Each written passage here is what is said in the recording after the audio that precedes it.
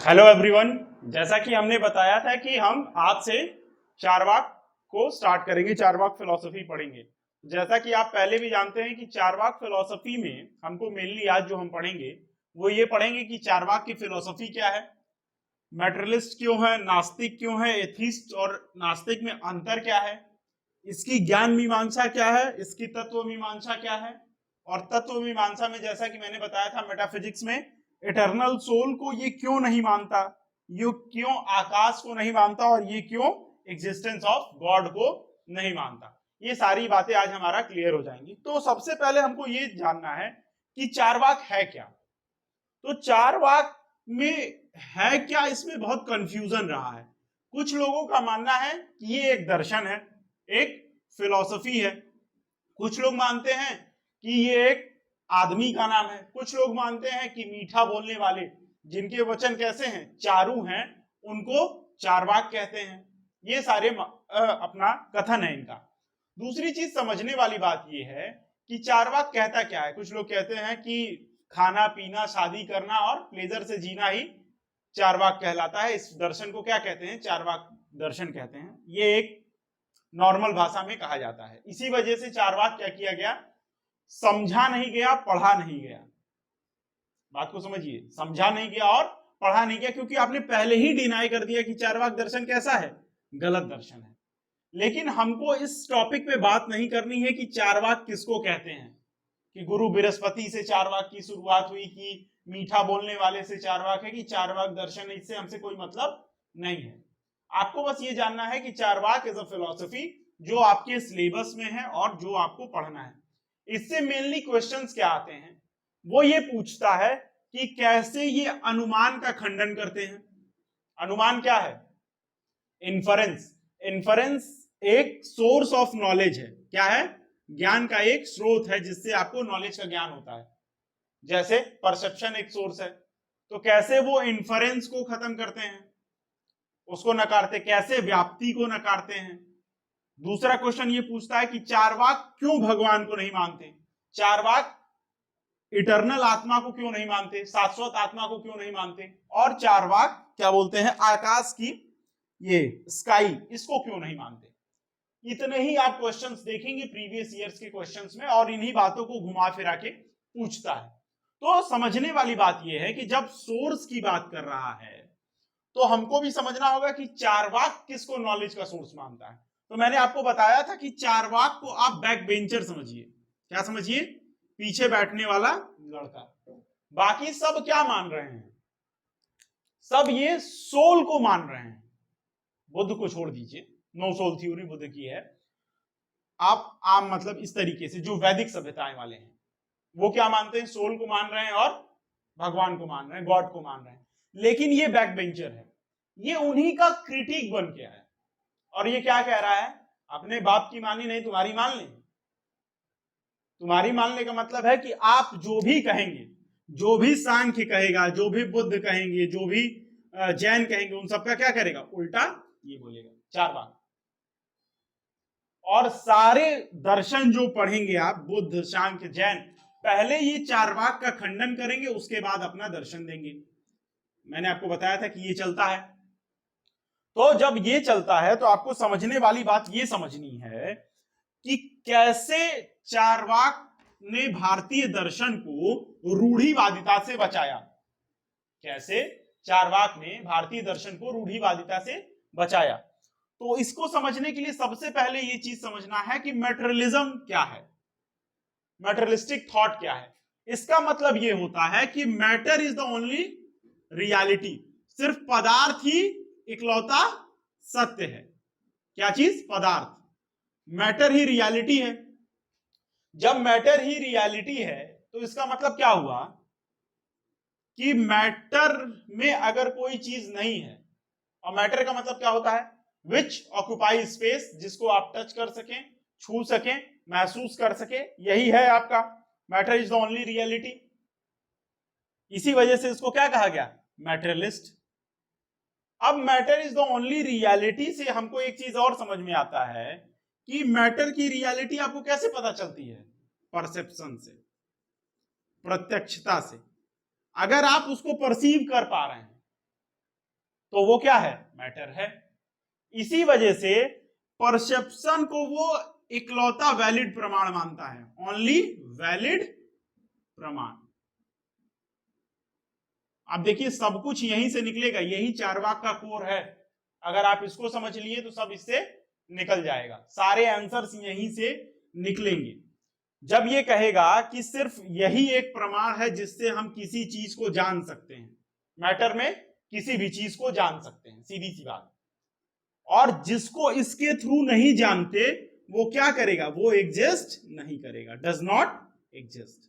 Simple सी बात है, एकदम सिंपल क्लियर क्रिस्प थ्योरी है इसकी, जिसको समझना सबसे आसान काम है। पहले क्या कहा कि मैटर एक इकलौती रियलिटी है जिसको जानने का एकमात्र सोर्स है परसेप्शन, ठीक। और अगर हम उसको परसीव नहीं कर पा रहे हैं तो वो एग्जिस्ट नहीं करता है।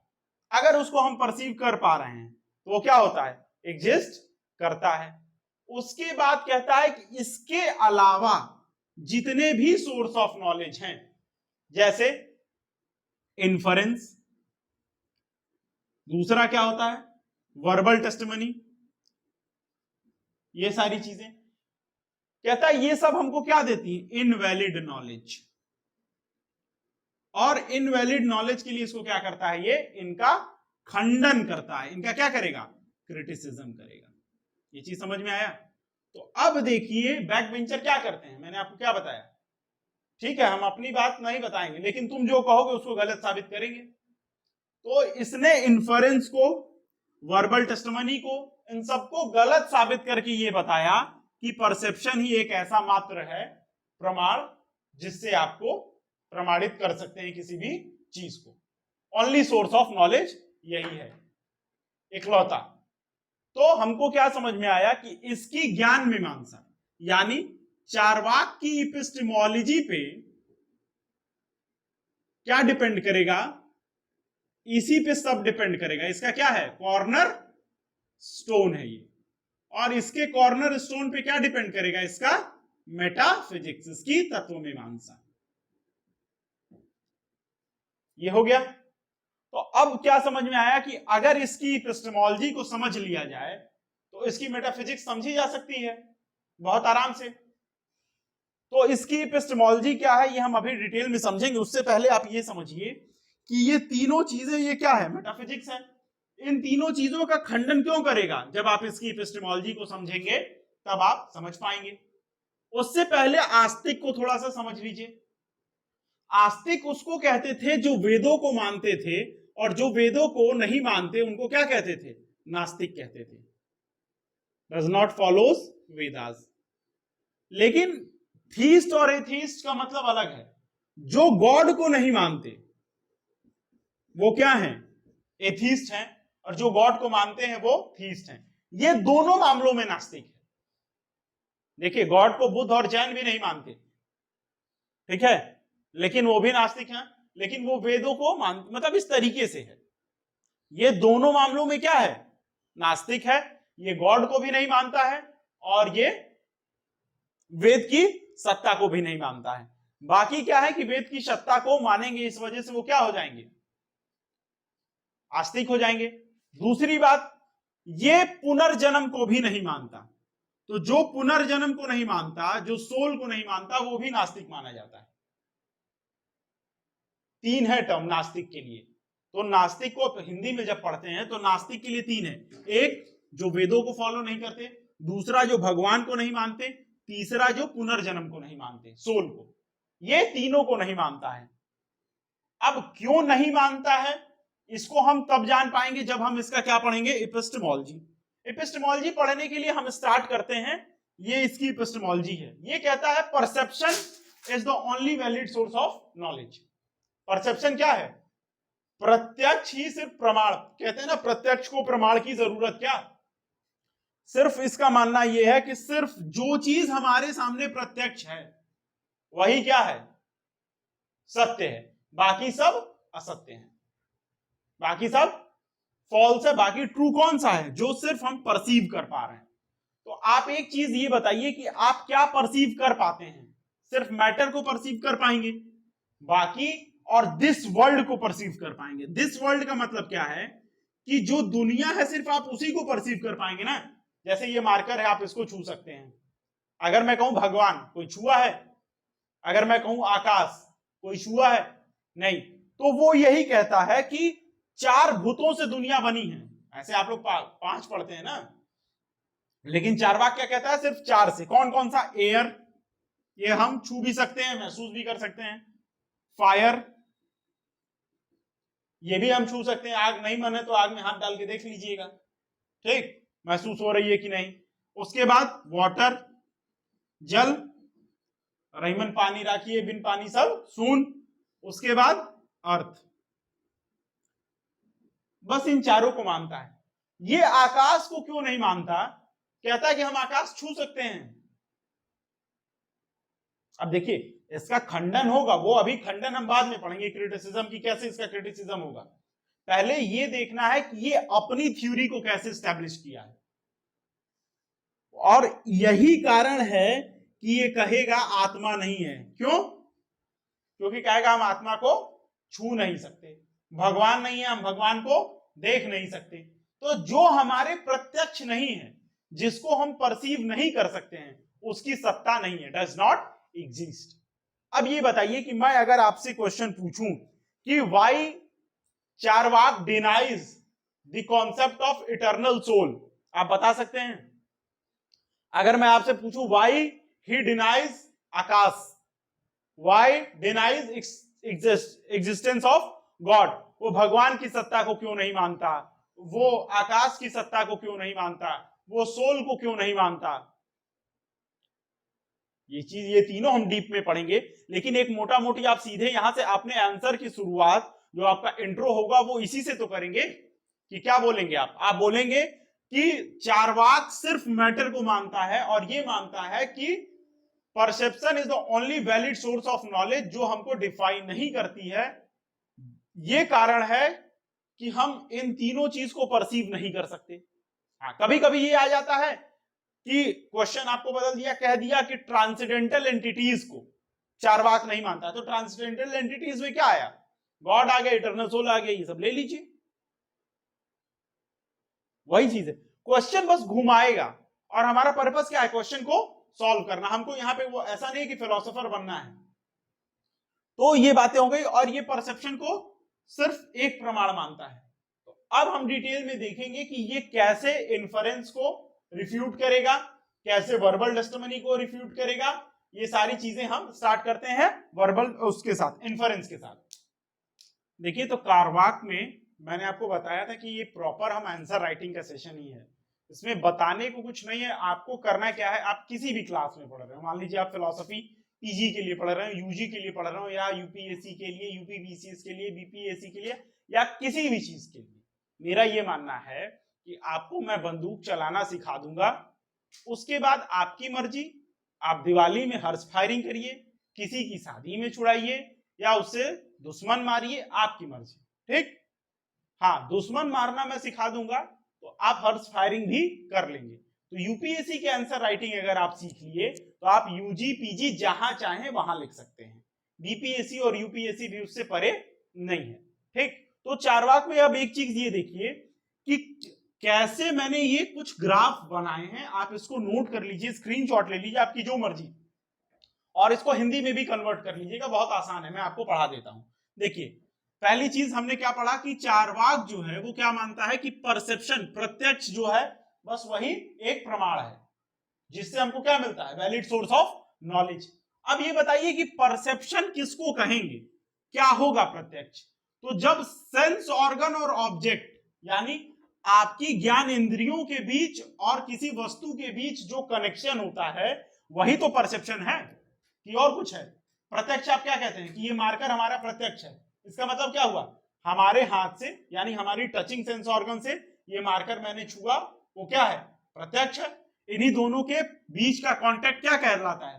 परसेप्शन। और परसेप्शन हमको क्या प्रोवाइड करता है? डायरेक्ट और वैलिड नॉलेज। ये कौन कह रहा है? चारवाक, ठीक। डायरेक्ट और वैलिड नॉलेज प्रोवाइड कराता है। और जैसे ही हमको पता है कि ये डायरेक्ट नॉलेज है, तो वो कैसा नॉलेज होगा, वो रिलायबल होगा। रिलायबल होगा का मतलब क्या है कि हम उस पर विश्वास कर पाएंगे। विश्वास किए आप, जैसे ही विश्वास किए तो उसका नॉलेज कैसा हो गया, डेफिनेट हो गया। डेफिनेट का मतलब हमारा वो ज्ञान पक्का हो गया और रिलायबल हो गया। दो चीज हो गए। ये कह रहा है चारवाक की बात। तो एक ग्राफ आप ये बना सकते हैं परसेप्शन का। परसेप्शन प्रोवाइड्स डायरेक्ट, हिंदी में आप कर लीजिए इसी को, ज्ञान इंद्रियां दोनों के बीच का संबंध और वस्तु प्रत्यक्ष, काम खत्म। उसके बाद आप ये आइए आ जाइए, किसी भी आंसर में आप इसको इस्तेमाल कर सकते हैं। किसके, चारवाक के। कैसे इस्तेमाल करना है मैं आपको बता दूंगा। पहले आपको ये बताना है कि चारवाक जो है एक ध्रुव पे घूमता है, और वो ध्रुव कौन है, वो ध्रुव है उसकी ज्ञान मीमांसा। ज्ञान मीमांसा पे घूमता है। अब ज्ञान मीमांसा इसकी क्या कहती है, इसकी ज्ञान मीमांसा ये कहती है कि प्रत्यक्ष इज द, मतलब perception is the only valid source of knowledge. सिर्फ प्रत्यक्षता से ही हमको प्रॉपर ज्ञान होगा, अदरवाइज किसी और चीज से नहीं होगा। तो एक चीज ये हो गई। वहीं पे दूसरा इसने क्या किया कि एपिस्टेमोलॉजी से ही दूसरी एरो बना के ये निकाल दीजिएगा कि all non perceptual knowledge, sorry perceptual knowledge, जिसको हम क्या कर सकते हैं, परसीव नहीं कर सकते हैं। यहां पे मैंने गलत लिख दिया है, परसेप्ट, ठीक है, ये हो गया आपका, ठीक, जिसको आप परसीव नहीं कर सकते। ऑल नॉन परसीविंग नॉलेज क्या हो जाएगा, वो इनवैलिड सोर्स हो जाएगा। किसका, ज्ञान का। जिसको हम परसेप्शन के थ्रू नहीं करेंगे वो क्या हो जाएगा, इनवैलिड हो जाएगा। तो परसेप्शन के अलावा क्या क्या आ गया, इन्फरेंस, उसके बाद वर्बल टेस्टिमनी, उसके बाद कंपैरिजन, ये सारी चीजें आ गई। तो ये हो गया अगर आपको इन्फरेंस का भी स्टार्ट करना है तो। उसके बाद यहां से नीचे इससे क्या निकल के आता है कि अगर सिर्फ परसेप्शन ज्ञान का आधार है तो इसका मतलब ये है कि सिर्फ और सिर्फ अगर दुनिया में कुछ है तो वो क्या है, मटेरियल वर्ल्ड, सिर्फ मैटर है। इसी वजह से चारवाक को क्या बोलते हैं, मैटरलिस्ट बोलते हैं।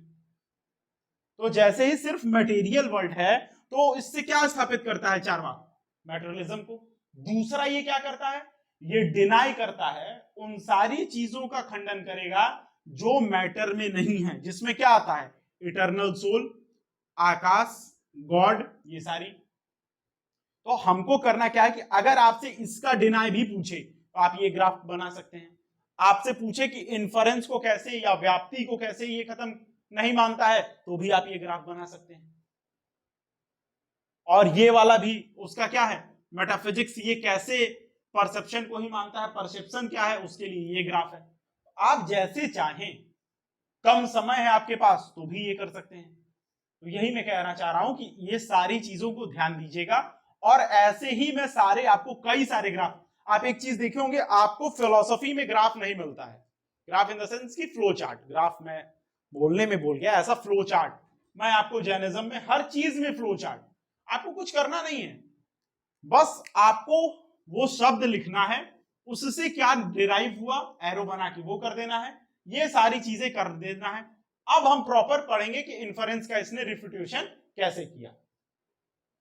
तो अब स्टार्ट में देखिए हमने बताया था कि इन्फरेंस को करना है। सबसे पहले एक चीज ये समझिए कि इन्फरेंस को क्या मानते हैं कि सर्टेन नहीं है, मतलब ये ज्ञान का स्रोत नहीं है, क्या, वैलिड स्रोत। तो अब इसको समझाने के लिए उन्होंने क्या किया कि इन्फरेंस को क्या किया, क्रिटिसाइज किया। इन्फरेंस का मतलब क्या है, अनुमान। अब अनुमान से ही आपको क्या पता चलता है कि हम अनुमान लगाते हैं, कैसे, उसके लिए सबसे बेस्ट एग्जांपल यूज किया गया है दत्तायन चटर्जी में भी, आप राधा कृष्णन की किताब पढ़ेंगे या बाकी कोचिंग के नोट्स भी पढ़ेंगे तो कौन सा है, स्मोक और फायर का, है ना। कहते क्या है कि अगर दूर पर्वत पे क्या आग जल रही है, वहां धुआं है, इसका मतलब क्या है, आग है। तो ये क्या हुआ कि जहां भी धुआं है वहां आग है। यही क्या है, इन्फरेंस है कि जहां भी धुआं होगा वहां आग है। आपने धुएं से क्या गैस किया कि वहां क्या होगा, आग होगी। जैसे अभी के एग्जाम्पल के लिए आप ये समझिए कि जहां भी ब्रेकअप है वहां पे क्या है, पेन है। ये कर सकते हैं आप, लेकिन जरूरी है कहता क्या है चार्वाक कि आप ये समझिए कि क्या आपने हर स्मोक को परसीव किया है कि जहां जहां स्मोक है वहां आग है? क्या आपने सारे ब्रेकअप को परसीव किया है कि जहां जहां ब्रेकअप है वहां पेन है? बहुत लोग तो करके खुश भी हो रहे होंगे। वही चार्वाक कह रहा है कि ये क्या है, ये एक अनसर्टेन लीप है। लीप का मतलब है कि आप वहां से जंप कर रहे हैं, किससे? नोन से अननोन की तरफ।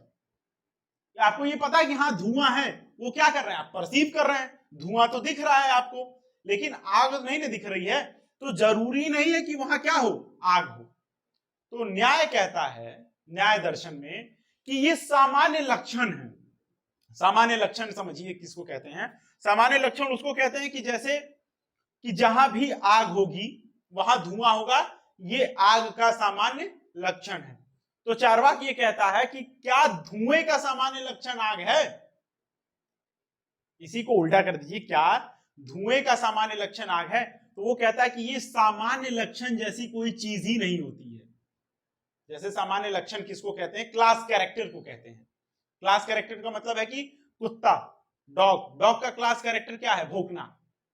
अगर कोई भी चीज भौंक रही है तो वो कुत्ता है। तो आप क्या किए, भौंकने से कुत्ते को जोड़ दीजिए। मान लीजिए कोई ऐसा भी कुत्ता हो जिसकी जीभ ना हो, तो क्या वो कुत्ता नहीं कहलाएगा? तो चार्वाक यही कह रहा है कि आप एक अनसर्टेन लीप ले रहे हैं, किसके किसके बीच? नोन से अननोन के बीच। आप क्या कर रहे हैं? आप जनरलाइजेशन नहीं कर सकते। बात को समझिए, जनरलाइजेशन जिसको कहते हैं कि उसने कहा कि सब आदमी मरेंगे। मान लीजिए प्रेमाइस होती है, आधार वाक्य होता है ना, राम मर गया, श्याम मर गया, कन्हैया मर गया, उसके बाद किसी और को भी मार दीजिए, जो भी आपके दोस्त हैं नाम ले लीजिए, सब मर गए। तो जरूरी थोड़ी हम भी मरेंगे। जब तक परसीव नहीं करेंगे तब तक आप जनरलाइजेशन नहीं कर सकते।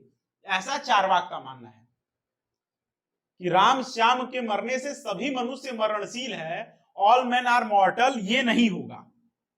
क्यों? क्योंकि सारे मनुष्यों का मरना हमने देखा नहीं है, क्या पता कोई हिमालय में जिंदा हो। तो ये सारी चीजें कौन कह रहा है?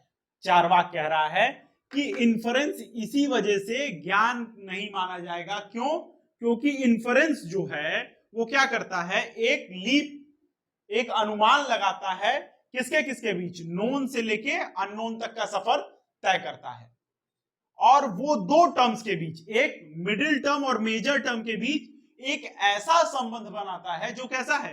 यूनिवर्सल है। यूनिवर्सल का मतलब है सार्वभौमिक है।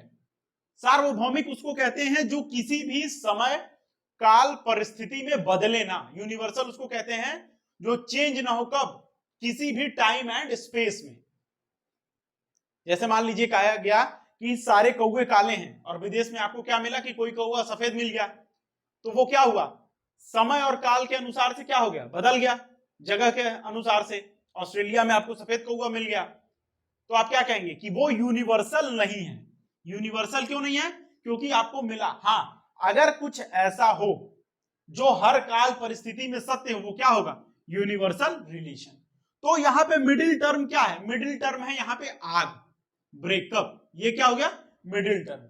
उसके बाद मेजर टर्म क्या हो गया? मेजर टर्म हो गया आपका पेन और फायर। आपको एग्जांपल यूज करना है, ये आग और फायर वाला एग्जांपल एकदम, सॉरी धुएं वाला और आग वाला एग्जांपल एकदम रट लीजिए। कहीं भी आए बिना एग्जांपल से ही आप सब्सटेंशिएट करेंगे। आप जनरलाइजेशन का ये आधार वाक्यों के साथ ये भी इस्तेमाल करेंगे। इसी तरीके से क्वेश्चन आएंगे और इनका इस्तेमाल आपको करना है। उसके बाद ये कहता है कि ये एक ऐसा रिलेशन बनाते हैं, यूनिवर्सल रिलेशन, जो कभी गलत ना हो, इनवेरिएबल, हमेशा क्या हो? सत्य हो। और उसी रिलेशन को कहते हैं व्याप्ति। अब व्याप्ति समझने के लिए आप ये समझिए कि हमारे अंदर कोई चीज व्याप्त है। जैसे ये मार्कर है, ब्लैक मार्कर, इसके अंदर इंक क्या है? ब्लैक, व्याप्त है, मतलब इसके अंदर है। अगर आप इसको ब्लैक मार्कर कह रहे हैं, इसका मतलब है कि ब्लैक इंक अगर इससे निकाल दिया जाए तो क्या ये ब्लैक मार्कर रह जाएगा? नहीं रह जाएगा। तो व्याप्ति यही होती है कि एक ऐसा रिलेशन जो क्या हो, जिसको निकाल देने से वो चीज वो रहे ही ना, इसी को व्याप्ति कहते हैं। इसी को क्या कहते हैं? इनवेरिएबल रिलेशन कहते हैं, एक ऐसा रिलेशन जिसको आप हटा नहीं सकते। बात समझिए, अगर मैं कहूं कि वो दरवाजा है, आप बैठे हैं सब लोग, पीछे आप लोगों के दरवाजा है, तो अगर मैं कहूं कि दरवाजा है और दरवाजे का काम क्या है, जो एक डोर का साइज बना है उसको बंद करना, उसको ढकना, अगर मैं उसको वहां से निकाल दूं तो क्या वो दरवाजा रह जाएगा? नहीं रहेगा। वही चीज है। तो ये सबसे समझने वाली बात एकदम इंक से ही, इससे इससे बेहतर तरीका कुछ नहीं होगा। क्या है ये? Ink, black marker. अगर ब्लैक मार्कर से मैं ब्लैक इंक हटा दूं तो क्या ये ब्लैक मार्कर रह जाएगा? नहीं रह पाएगा। उसी तरीके से वाटर बॉटल, अगर मैं कहूं कि एक क्या है, पानी का बोतल है और उसमें से आप क्या करिए कि बोतल की शेप हटा दीजिए, क्या वो बोतल रह जाएगा? नहीं रहेगा। मान लीजिए कि कटोरी जैसा कर दिए, ग्लास जैसा कर दिए, ऊपर से खुला है, ढक्कन नहीं है, तो अगर उसका ढक्कन हटा दिया, ऊपर से खुला है, मतलब हटाने का मतलब ये नहीं है कि हम ढक्कन फेंक दें उसके बाद बोतल तो है, वो कहने का मतलब नहीं है। मेरा ये कहने का मतलब है कि एक बंद बोतल जिसमें पानी रखी जाती है उसको बोतल कहते हैं आप ना। करने को तो आप कुछ भी कर सकते हैं कि खाली बोतल लेके गांव में है तो लेके चल भी दीजिए, हालांकि खुले में अब शौच मना है, ऐसा मत करिएगा, और दिमाग से भी शौच मत करिएगा, बहुत लोग हैं, तो दर्शन में उसको भी बचाना है, ज्यादा बुद्धि नहीं लगानी, बस आपको ये समझना है कि इनवेरिएबल रिलेशन किसको कहते हैं। अगर आप उसको समझ गए तो उसी को कहते हैं व्याप्ति, और इसी व्याप्ति पे क्या टिका है? इन्फरेंस। स्मोक और फायर के बीच क्या है? इनवेरिएबल रिलेशन बता रहे हैं सारे लोग, चारवाक को छोड़ के सारे थिंकर क्या कह रहे हैं कि जहां भी स्मोक है वहां फायर होगा, क्योंकि स्मोक में फायर व्याप्त है। हुआ? अगर हम व्याप्ति का ही खंडन कर दें तो इन्फरेंस का खंडन हो गया। और व्याप्ति का खंडन आप कई तरीके से कर सकते हैं। कैसे? आप परसेप्शन से भी कह सकते हैं, कहते हैं कि हमको बताइए कि कहां कहां व्याप्त है, हमने सब तो देखा नहीं है, तो आप परसेप्शन के थ्रू भी व्याप्ति को नहीं कर सकते। अगर आप परसेप्शन के थ्रू व्याप्ति को करते हैं तो कौन सा आएगा? जनरलाइजेशन का क्या आएगा? फैलेसी आएगी, कि आपने क्या किया? सामान्यीकरण दोष आएगा, सामान्यीकरण का दोष आएगा। आपने सारी चीजों को परसीव नहीं किया और आपने क्या किया? एक अनुमान लगाया और मान लिया कि नहीं, सारे ब्लैक मार्कर में इंक होता है तो वहां भी होगा, जरूरी थोड़ी है, हम इसमें कुछ और भी तो भर सकते हैं जिससे ये काला हो जाए। वही चीज है। तो इससे क्या हुआ कि आप जनरलाइजेशन ले आएंगे। तो अब देखिए, एक चीज समझ में आया कि इन्फरेंस पे टिका है क्या? व्याप्ति, और व्याप्ति पे टिका है इन्फरेंस। तो क्या हो जाएगा? यहां पे एक फैलेसी और आएगी अगर आप ऐसा करते हैं तो। एक तो इलिसिट जनरलाइजेशन है, दूसरा क्या आ जाएगा? सर्कुलर फैलेसी, चक्रक दोष जिसको आप पढ़ते हैं, सर्कुलर फैलेसी। इसका मतलब ये होता है कि मान लीजिए ये है ए और ये है बी, बी से सिद्ध होता है ए और ए से सिद्ध होता है बी। हो गया। अरे सबसे बढ़िया पॉलिटिक एग्जांपल ले लीजिए कि वाइस प्रेसिडेंट को देते हैं कौन? त्यागपत्र। वाइस प्रेसिडेंट त्यागपत्र देते हैं प्रेसिडेंट को, और प्रेसिडेंट त्यागपत्र देते हैं वाइस प्रेसिडेंट को। गोल गोल घूम रहा है ना। उसी तरीके से इस पे डिपेंड है ये, और ये डिपेंड है, इन्फरेंस डिपेंड है व्याप्ति पे, और व्याप्ति डिपेंड है किस पे? इन्फरेंस पे। ये चीज याद रखिएगा।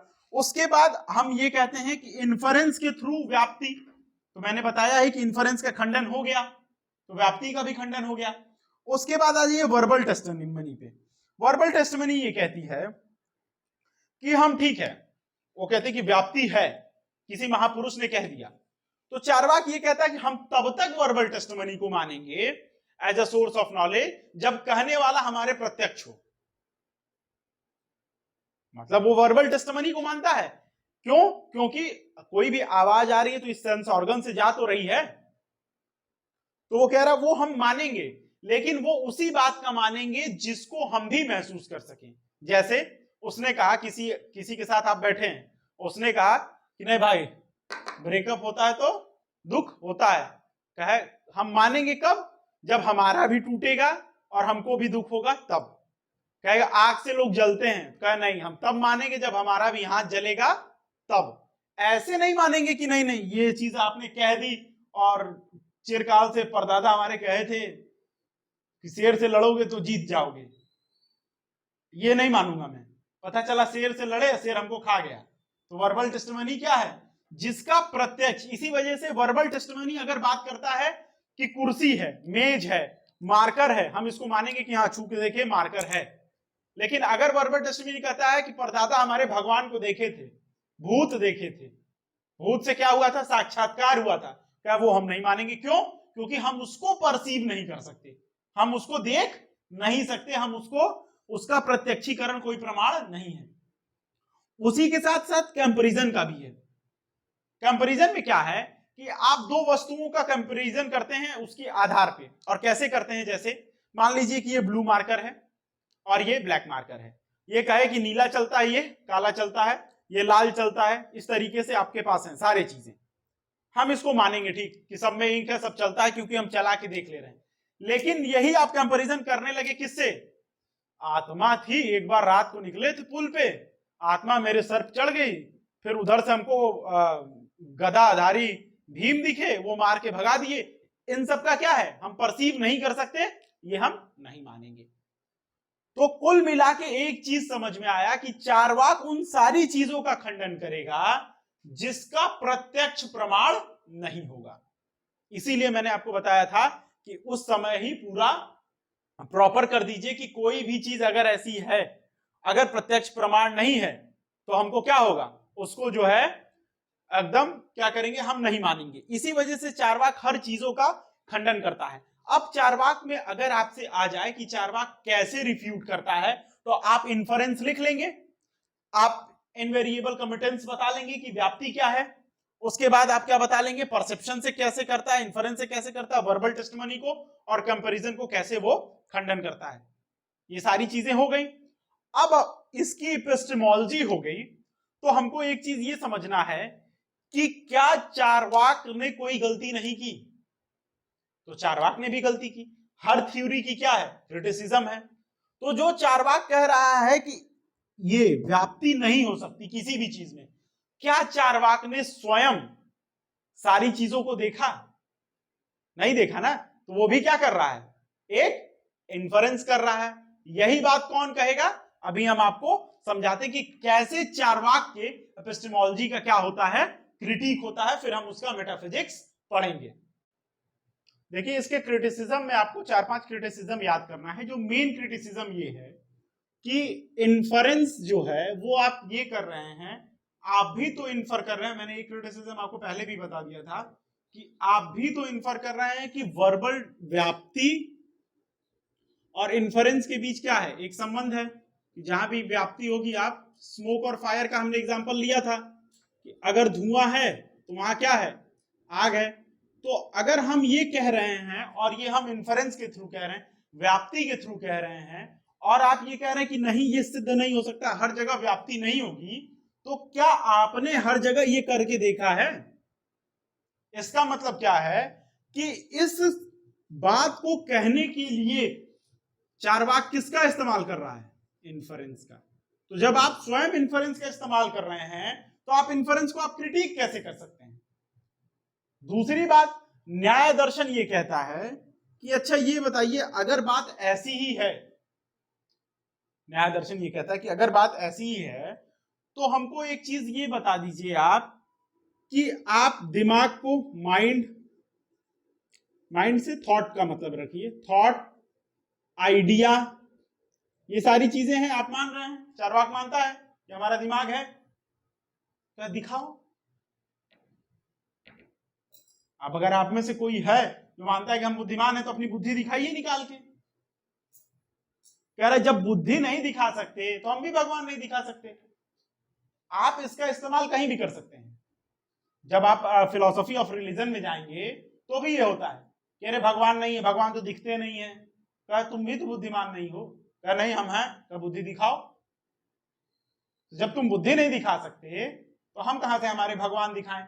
वही न्याय कहता है कि जब आप माइंड, थॉट और आइडिया नहीं दिखा सकते तो हम आपको कहां से दिखाएं गॉड? तो यहां भी इसका रिफ्यूटेशन होता है। उसके बाद न्याय ये भी कहता है कि फिर हमारा क्या हो जाएगा, बहुत ही लिमिटेड हो जाएगा दायरा, अगर सिर्फ हम परसीव्ड को ही क्या मानेंगे, सत्य मानेंगे। मेरी बात समझिए कैसे। मान लीजिए मैं कभी ऑस्ट्रेलिया नहीं गया और ऑस्ट्रेलिया के बारे में हमको नॉलेज है, मैप के थ्रू या किसी चीज के थ्रू, किताब के थ्रू आप पढ़ते हैं, तो अगर आप ये कहने जाएंगे कि नहीं हम वर्बल टेस्टिमनी नहीं मानेंगे क्योंकि किताब क्या है, एक तरीके की वर्बल टेस्टिमनी है, तब तो आपके नॉलेज का दायरा क्या हो जाएगा, बहुत ही लिमिटेड हो जाएगा। आप कहने नहीं हम दत्ता चटर्जी नहीं पढ़ेंगे, जब तक हम चारवाक देखेंगे नहीं, चारवाक मानूंगा नहीं, तब क्या हो जाएगा, आप चीजों को जान नहीं पाएंगे। उसी तरीके से जैन कहते हैं कि अगर आपको मान लीजिए कि हेलोसिनेशन हो, कभी कभी किसी की तबीयत खराब होती है, बुखार होता है, तो क्या होता है, हेलोसिनेशन होता है, आपको क्या हो, इल्यूजन हो, तो आपको लगा तो कि ये चीज हमारे साथ हो रही है, लेकिन वास्तविकता में क्या हो, ना हो रही हो। कभी कभी जैसे आप सपना देखते हैं तो लगता है ना कि सपने में वो चीज हो रहा है, आप सपने में क्या करते हैं, इलियाना डिक्रूज से मिल आए, लेकिन वास्तविकता में उठते हैं तो कहते हैं रे रे रे नहीं नहीं, कहा हम यहाँ पढ़े हैं, इलियाना डिक्रूज के साथ थे वहां सपने में। तो वही चीज है, तो वो क्या है, इल्यूजन और हेलोसिनेशन के दायरे के आसपास ही आता है, आप अपने ड्रीम में।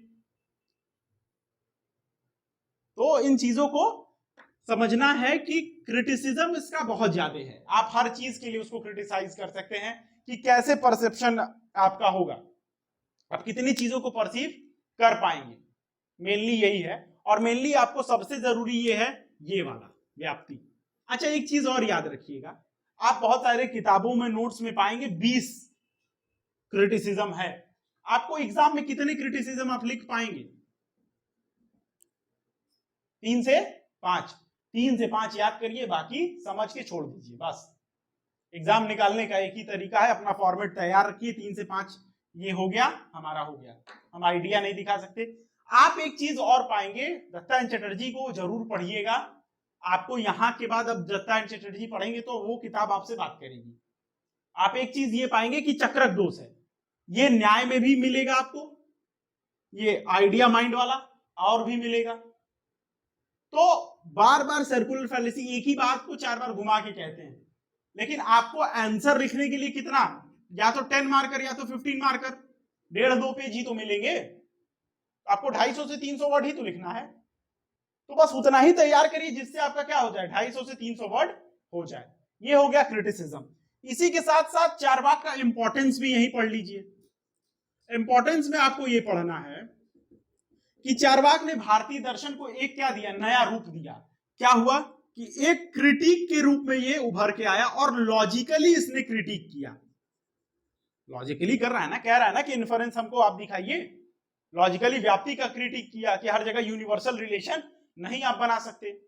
जब लॉजिकली क्रिटिक किया, उससे क्या हुआ कि एक रूढ़िवादिता टूटी भारतीय दर्शन की, और भारतीय दर्शन जो है डॉगमेटिक कहानी से बच गया। उसी के साथ साथ चारवाक ने क्या किया कि कोई भी नया फिलोसोफर आया, पहले उसने क्या किया, चारवाक का खंडन किया, जैन ने भी किया, बुद्ध ने भी किया, न्याय ने भी किया। ये क्या समझा रहा है, ये बता रहा है कि हम अपने डिफरेंट ओपिनियन को भी पहले पढ़ना चाहिए, उसके बाद उसका खंडन। अब कोई खंडन किया होगा तो चारवाक को पढ़ा होगा तभी तो। देखिए चारवाक का कहीं भी पूरे भारतीय दर्शन में अलग से दर्शन नहीं मिलता है, चारवाक जितने लोग जाने वो खंडनों के थ्रू जाने, चारवाक को इतना अलग कर दिया गया कि चारवाक बचा ही नहीं। कैसे हम चारवाक के बारे में जानते हैं, जब जैन ग्रंथ पढ़ते हैं तो जैन ग्रंथ चारवाक का खंडन किया है, बुद्ध ग्रंथ पढ़ते हैं तो बुद्ध ग्रंथ ने चारवाक का खंडन किया है। जब सबने चारवाक का खंडन किया तो एक चीज समझ में आती है कि कोई एक दर्शन था, और वो कौन था, चारवाक, जो मीठा बोलता था। ठीक है, ये हमको चारवाक का पता है, इस वजह से चारवाक अभी भी लोग मानते हैं कि अभी भी जो चारवाक के बारे में पढ़ रहे हैं उनका ये है कि ये कहां से इसकी उत्पत्ति है, इसमें अभी भी सवालिया निशान है। और आप कुछ किताबों में देखेंगे कि शुरुआत में पहले पूरा एक पेज जो है पूरा भाव बनाते हैं कि ये ऐसा क्वेश्चन नहीं पूछता है आपसे। क्वेश्चन मैंने जितना बताया बस उसी तरीके के क्वेश्चन से आप पिछले 10 साल के क्वेश्चन उठा के देख लीजिए, 2022 का भी उठा के देख लीजिए, ऐसे ही क्वेश्चन मिलेंगे आपको। तो मेनली आपका फोकस क्या है, देखिए हम सीधी सी बात है, मैं जो भी पढ़ा रहा हूं वो स्टूडेंट पॉइंट ऑफ व्यू से पढ़ा रहा हूं, मैं इस पॉइंट ऑफ व्यू से नहीं पढ़ा रहा है कि चारवाक में कितनी चीजें हैं सब कुछ बताना है, ये नहीं, जितनी चीजें आपके काम की हैं बस उतनी ही आपको पढ़नी है। तो ये हमारा उसकी एपिस्टेमोलॉजी हो गई। जब हम एपिस्टेमोलॉजी समझ लिए तो अब हम किस पे आएंगे, चारवाक के मेटाफिजिक्स पे। तो देखते हैं मेटाफिजिक्स में क्या क्या पढ़ना है। तो मेटाफिजिक्स ऑफ चारवाक में सबसे पहले हमको ये करना है कि ये क्या करेगा, रिफ्यूटेशन करेगा किन किन चीजों की जो ये परसीव नहीं कर पाएगा। यही है ना मेटाफिजिक्स इसकी। तो स्टार्ट करते हैं, परसेप्शन किससे है वो देखते हैं। तो देखिए हमको क्या पहली चीज है कि हमको ये करना है कि मानता है वो डिनाई करता है किस चीज का, ईथर का, आकाश नहीं है। उसके बाद वो कहता है कि कोई इटर्नल या अनचेंजेबल सोर्स नहीं है। कहता है ना आत्मा अमर है, कहता है ऐसा कुछ नहीं है, मॉर्टल सोल ऐसे कोई कॉन्सेप्ट नहीं होता है। अब इसको कैसे वो डिनाई करता है ये समझना है। तो हमने पहले ही बताया था कि वो क्या कहता है कि एपिस्टेमोलॉजी उसकी कॉर्नर स्टोन है। और क्या कहता है, तो एक चीज ये बना दीजिएगा चारवाक, और क्या है, matter is the only reality और perception is the only valid source of knowledge. जब perception is the only valid source of knowledge होगा इसका मतलब क्या है कि मैटर ही सिर्फ एक रियलिटी होगी। और जब मैटर रियलिटी होगी तो वो उसमें कौन कौन से, ये चार भूतास को मानता है। भूत का मतलब होता है वो वाला भूत नहीं, ठीक, चार चीजों को, कौन कौन सा, एयर, वाटर, फायर और अर्थ, ये चीज हम बता चुके हैं। इसी वजह से ये जगत को क्या मानेगा, रियल मानेगा। क्यों, क्योंकि वर्ल्ड इन चार चीजों से मिलके बना है। लेकिन जब आप शंकर दर्शन पढ़ेंगे तो क्या पढ़ेंगे, जगत मिथ्या ब्रह्म सत्यम। जगत क्या है, मिथ्या है, लेकिन ये क्या कहता है, जगत क्या है, रियल है। लेकिन ये आकाश के कॉन्सेप्ट को नहीं मानता। क्यों नहीं मानता, because can not be perceive. इसका हम क्या कर सकते हैं, उसको हम परसीव नहीं कर सकते हैं। जब भी इसका क्रिटिसिज्म आए, क्रिटिसिज्म सॉरी मतलब ये आए कि आकाश को क्यों नहीं मानता, आप ये पूरी चीजें पीछे की राम कहानी लिख दीजिएगा। कौन कौन सी, जो हमने बताई थी कि उसकी एपिस्टेमोलॉजी क्या है और कैसे कैसे ये फ्लो चार्ट जो बनाए थे उसको बना दीजिएगा कि आकाश और ether can not be perceive, that's why वो नहीं मानेगा।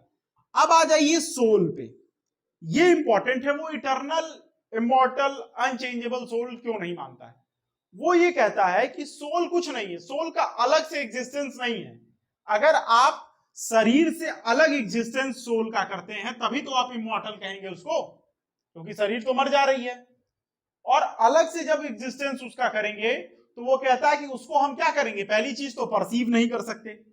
उसके बाद वो एक उदाहरण देता है कि अगर आप सोल से ये कहते हैं कि कॉन्सियसनेस जो जीना है वो है, जो चेतना है आपका मैटर उससे है, तो वो ये कहता है कि चेतना तो बाई प्रोडक्ट है किसका, मैटर का। जब सारी चीजों को, मैटर को मिलाते हैं एक लिविंग बॉडी को, जब बॉडी रहती है तो वो क्या है, चेतना उसका क्या है, बाई प्रोडक्ट है। और ये किसके है, आइडेंटिकल है बॉडी के। अब देखिए उदाहरण दूंगा समझ में आएगा।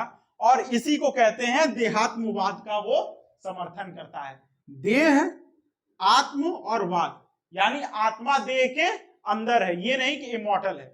वो कहता है कि किसी भी लड़के को आप कहते हैं या लड़की को कहते हैं, वो मोटा है, वो छोटा है, वो पतला है, वो लंबा है, तो आप क्या बताते हैं, उसकी सोल पे पॉइंट आउट करते हैं, नहीं, किस पे पॉइंट आउट करते हैं, बॉडी पे पॉइंट आउट करते हैं।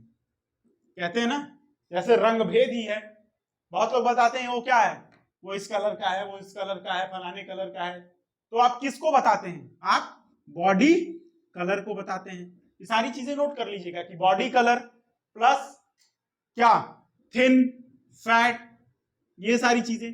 उसके बाद ये बताइए, आप एक्टर एक्ट्रेस को कहते हैं ना, खूबसूरत है, बहुत अच्छी नहीं लगती है, या ऋतिक रोशन से सुंदर एक्टर नहीं है, बहुत लोग टॉम क्रूज वाले होंगे, तो ये आप क्या बोलते हैं, उसकी आत्मा देखते हैं, जो आपको दिख रहा है वो क्या है, उसकी बॉडी है। तो वही कहता है कि जब आप किसी भी चीज को डोनेट करते हैं तो वो क्या है, बॉडी। मैं आपसे कहता हूं आप खड़े हो जाइए, आत्मा खड़ी होती है कि आप खड़े होते हैं, आत्मा का नाम दिया जा सकता है, नेमिंग। जैसे इसी का है चारवाक, चारवाक शब्द किससे बना है, चारू शब्द से। चारू मान लीजिए किसी लड़की का नाम है, तो आपने क्या कहा, चारू आप खड़ी हो जाइए, तो उसका मतलब क्या हुआ, उनकी आत्मा खड़ी होगी कि उनके पैर से वो खड़ी होंगी। उसी तरीके से कोई स्टंट कर रहा है तो वो कह रहा है कि आपने सोल को अलग करके कुछ रखा ही नहीं है, हाँ वो वाला गाना वो सुनिए कि रूह से चाहने वाले आशिक, वो अलग, उसकी क्रिटिसिज्म में जब चला जाएगा तब। तो आइडेंटिकल क्या है? सोल बॉडी के। दूसरी चीज वो ये कह रहा है कि जब शरीर मरता है तब आत्मा चली जाती है, ऐसा कुछ नहीं है। उसका ये कहने का मतलब है कि जब भी मृत्यु होती है, वो किसकी मृत्यु होती है? शरीर की मृत्यु होती है।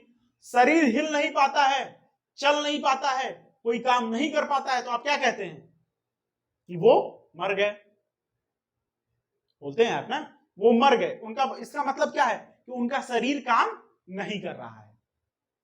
He is no more, yes he is no more. मृत्यु सत्य है, वो मर गए तो क्या हुआ?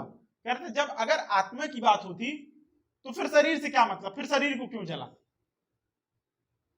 तो शरीर काम नहीं कर रहा है तभी तो व्यर्थ हो गया, शरीर व्यर्थ हो गया तो वो आदमी खत्म हो गया।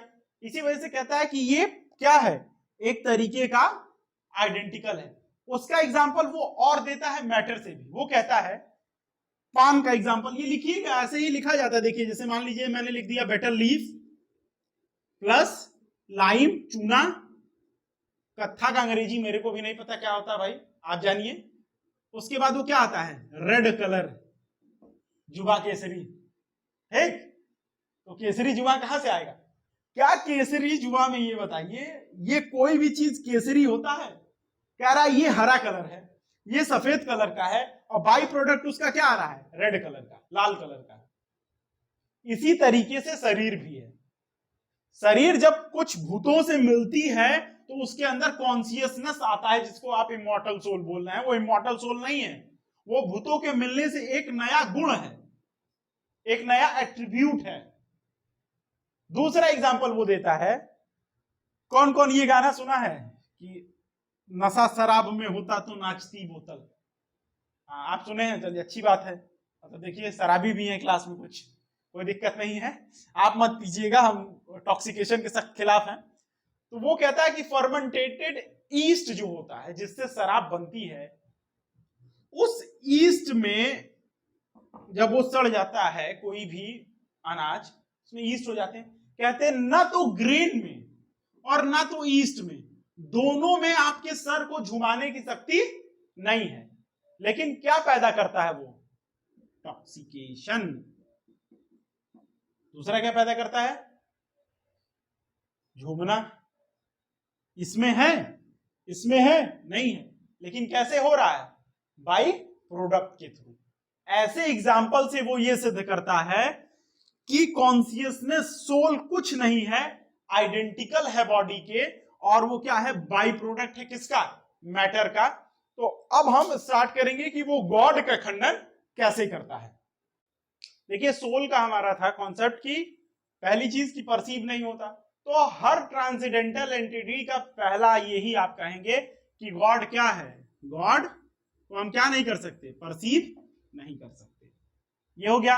ये क्या है, बियॉन्ड परसेप्शन है, ये प्रत्यक्षीकरण के क्या है, बियॉन्ड है। तो सीधी सी बात है, इसी वजह से तो ये कहा जा रहा है कि इसकी एपिस्टेमोलॉजी क्या है, कॉर्नर स्टोन है इसके मेटाफिजिक्स का। उसके बाद ये दो तीन चीजों का और खंडन करता है। कहता क्या है कि गॉड भी, गॉड को आप कैसे मानते हैं कि भगवान ने ये सृष्टि को बनाया है, दुनिया बनाई है, ठीक, भगवान ने दुनिया बनाई है। तो वो कहता है कि नहीं, दुनिया भी बाई प्रोडक्ट है किसका, मैटर का। दुनिया भी क्या है, मैटर की बाई प्रोडक्ट है। मैटर्स मिले और एक दुनिया बनी, ठीक। दूसरी चीज आप ये क्या कहते हैं, आप ये कहते हैं कि भगवान ने क्या किया है, इस दुनिया को बहुत अच्छे से चलाता है। वो कहता है कि ये एक एक्सीडेंटल काम है, एक्सीडेंटली दुनिया क्या हो रही है, चल रही है, इसमें किसी बहुत बड़े 30 मार खा की जरूरत नहीं है। तो इससे भी वो डिनाई करता है। लेकिन इसका मेन डिनाई का रीजन क्या है, परसेप्शन।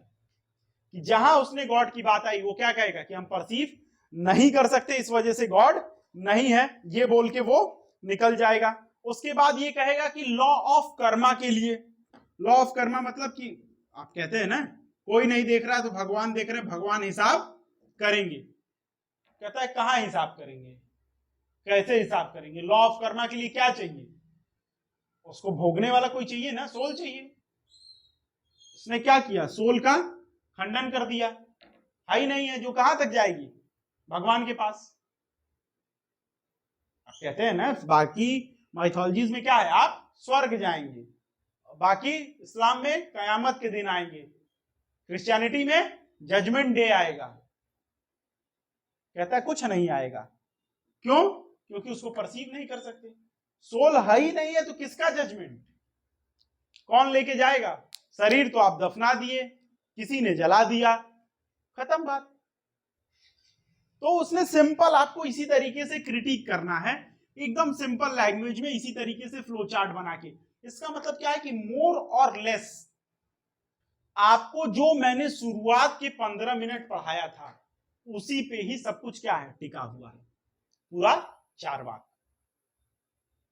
और इसी के साथ चार्वाक और क्या कहेगा कि गॉड तो एकदम मत मानिए, तो गॉड नहीं मानेंगे, तो गॉड नहीं मानते, ये क्या, वैदिक टेक्स्ट का ये क्या करेगा, खंडन करेगा, वेदों का क्या करेगा, खंडन करेगा। ये किसका खंडन करेगा, रिचुअल्स का खंडन करेगा। क्या जब भगवान है ही नहीं है तो पूजा किसकी करें हम क्यों किसी को, जैसे अभी क्या बोलते हैं, हर जगह है अपने अपने भगवान, अपने अपने भगवान। गॉड का मतलब ये समझिएगा, ये गॉड यहाँ पे अल्लाह, और यहाँ पे हिंदुओं के गॉड, यहाँ पे क्रिश्चियनिटी के गॉड, सब ब्रह्मा विष्णु महेश सब। कहता है कि किसी प्रकार का नहीं है तो हम कोई रिचुअल नहीं करेंगे, कोई टेक्स्ट ये नहीं मानेगा।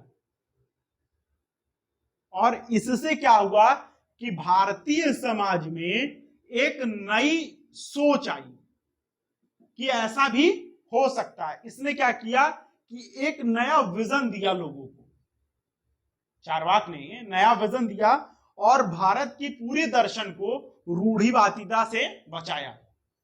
इसका क्रिटिक करके लोग बताए कि नहीं भगवान है, क्या दिमाग नहीं दिखा सकते हो, उसी तरीके से हम भगवान नहीं दिखा सकते हैं, लेकिन हैं, अल्लाह है, जीसस है, जो भी आपका मानना है वो सब है।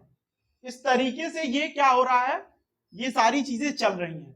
ये जगत को क्यों कहेगा कि जगत है, लेकिन शंकर कहेंगे कि मिथ्या है, क्योंकि जगत को आप क्या कर सकते हैं, परसीव कर सकते हैं। इसका मतलब ये है कि जो भी चीजें आप परसीव कर पाएंगे उसको चार्वाक मानेगा, जिस चीजों को आप परसीव नहीं कर सकते उसको चार्वाक नहीं मानेगा। बाकी आप क्रिटिसिज्म में भी इसके ये पढ़ चुके हैं कि जो क्रिटिसिज्म इसका एपिस्टेमोलॉजी का होगा वही क्रिटिसिज्म इसका क्या हो जाएगा, मेटाफिजिक्स का भी हो जाएगा। जैसे कि अगर सोल नहीं मानते हैं तो ये बताइए कि फिर बॉडी जो है वो निकलती है, बेजान हो जाती है, वो कैसे होती है, फिर मृत्यु का कॉन्सेप्ट कैसे क्लियर होगा, मौत किसको कहेंगे, ये सारी चीजें। तो ये सारी चीजें हमको एक चीज ये समझ में आती है कि इसके परसेप्शन के अराउंड ही सब कुछ घूम रहा है। और इसने क्या किया कि गॉड को न मान के इसने एक नई लीक रखी जिसपे शायद बुद्ध भी चले और जैन भी चले। ठीक है, तो इन बातों को समझने के साथ आपको इसी तरीके के क्वेश्चंस मिलते हैं, जिसमें से मैं कहूंगा कि आप कुछ क्वेश्चंस को करिएगा प्रीवियस ईयर के, नहीं होंगे तो आप कमेंट में करिएगा, और आप अपने क्वेश्चंस को लिख के कमेंट में भी पोस्ट कर सकते हैं, वहां पे हम लोग चेक कर देंगे, कोई दिक्कत नहीं होगी। उसी के साथ गॉड में जितनी भी चीजें आएंगी इसके अलावा वो कुछ नहीं आएगा। तो अब हम और देख लेते हैं कि चार्वाक में क्या क्या बचा है, फिर हम चार्वाक को एंड करेंगे। तो देखिए अब दो टॉपिक और बच गया, एक चार्वाक के एथिक्स और दूसरी क्या है, कुछ आग में पड़ गया, लिबरेशन। तो सबसे पहले बात हमने क्या पढ़ा था इंडियन फिलॉसफी में कि इंडियन फिलॉसफी का ध्येय क्या है, मोक्ष की प्राप्ति।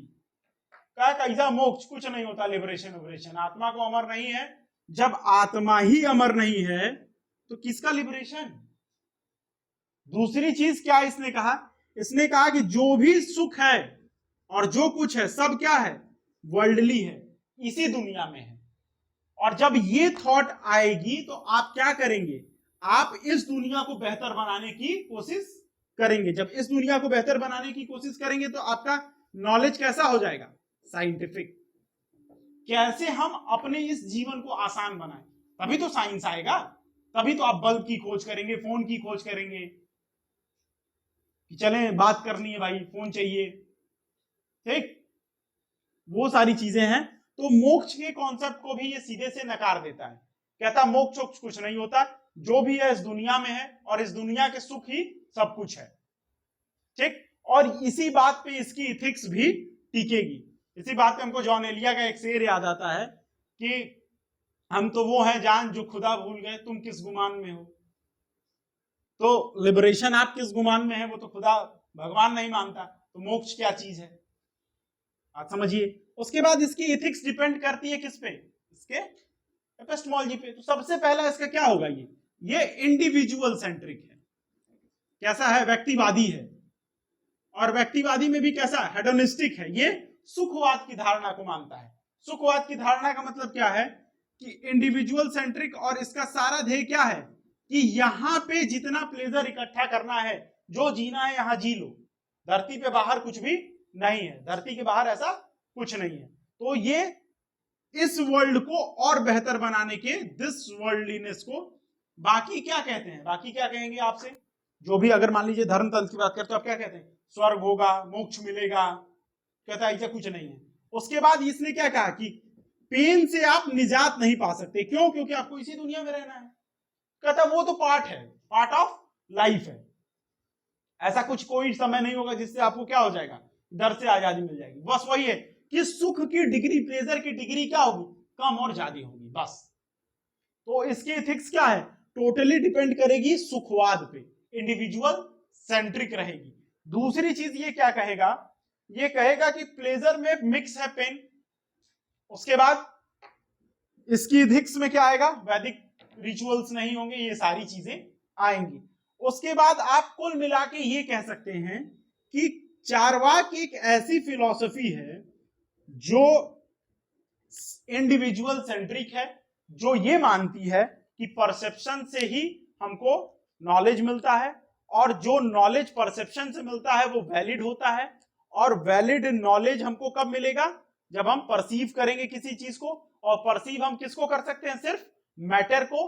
तो मैटर से चीजें जो आएंगी वो क्या कहलाएंगी, भौतिकतावाद को ये प्रामाणिकता देगा। और भौतिकतावाद से हमको क्या मिलेगा, सुख मिलेगा। और भौतिकतावाद कहां मिलेगा, भौतिक दुनिया में मिलेगा, यहां मिलेगा, और चार भूतों से मिलके बना, इसके अलावा कोई भी चीज एग्जिस्ट नहीं करती। इसका मेन काम था वेदों को खंडन करना, वैदिक सभ्यता को खंडित करना इसका काम था। मतलब किसी तरीके से उसका क्रिटिसिज्म किया जाए, जिससे लोग क्या आए, लोग आडंबरों से बाहर आए। पूजा पाठ, ये जितने आडंबर उस जमाने में थे, ये नहीं कह रहा हूं पूजा पाठ आडंबर है, मतलब ये जो रिचुअल्स चारवाक के हिसाब से। अच्छा एक चीज और देखिएगा, जब भी आप दर्शन पढ़ेंगे तो कुछ शब्द ऐसे इस्तेमाल किए जाएंगे, जैसे पूजा पाठ आडंबर है, तो जो धार्मिक आदमी है वो इस क्लास के बाहर। दूसरी बात, आपको इस बात को गुस्सा नहीं करना, मैं नहीं कह रहा हूं, चारवाक कह रहा, इस बात को याद रखिएगा। जब मैं जैन पढ़ाऊंगा तो जैन की भाषा बोलूंगा, बुद्ध पढ़ाऊंगा तो बुद्ध की भाषा बोलूंगा। और इसी तरीके से आपको मैं अभी 2 क्वेश्चन देता हूं, आप इसको लिख के कमेंट में पोस्ट करिएगा। देखिए एक यूपीएससी का प्रीवियस ईयर का क्वेश्चन है, जिसको आपको कमेंट में लिख के पोस्ट करना है क्या, explain the argument of Charvaka to reject transcendental identity. कैसे वो ट्रांसेंडेंटल आइडेंटिटी को रिजेक्ट करता है, उसके फेवर में आर्गुमेंट दीजिए और उसको एक्सप्लेन करिए। इसको आप करिएगा, पोस्ट करिएगा। एक मॉडल आंसर हमारे इंस्टीट्यूट की तरफ से भी पोस्ट हो जाएगा, तो पहले आप पोस्ट करिएगा। उसके बाद 1 हफ्ते बाद हम पोस्ट करेंगे कि 1 हफ्ते में आप कितना कर पाते हैं, और उसको पिन कर दिया जाएगा। इन्हीं शब्दों के साथ धन्यवाद।